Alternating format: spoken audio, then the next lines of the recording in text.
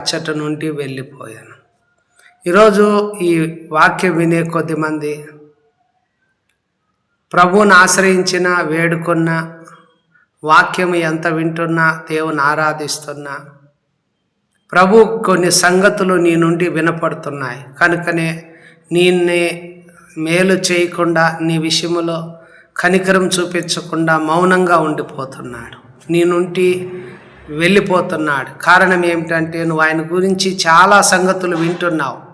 Cell ద్వారా, TV ద్వారా, మీటింగ్లోను, అదేవిధంగా చర్చిలోను అనేక సంగతులు ఆయన గురించి వింటున్నాం. కానీ నీకు ఆశ ఏదైనా ఒక సూచక్రియ చూడాలనే ఆశ కలిగి ఉన్నావు. కానీ ఆయన చూచినప్పుడు చాలా ప్రశ్నలు వేస్తున్నావు, ఉత్తరం ఇవ్వడం లేదు. ఆయన మీద తీక్షణంగా నేరాలు మోపుతున్నావు, ఆయనను తృణీకరించి అపహాస్యము చేస్తున్నావు, మరియు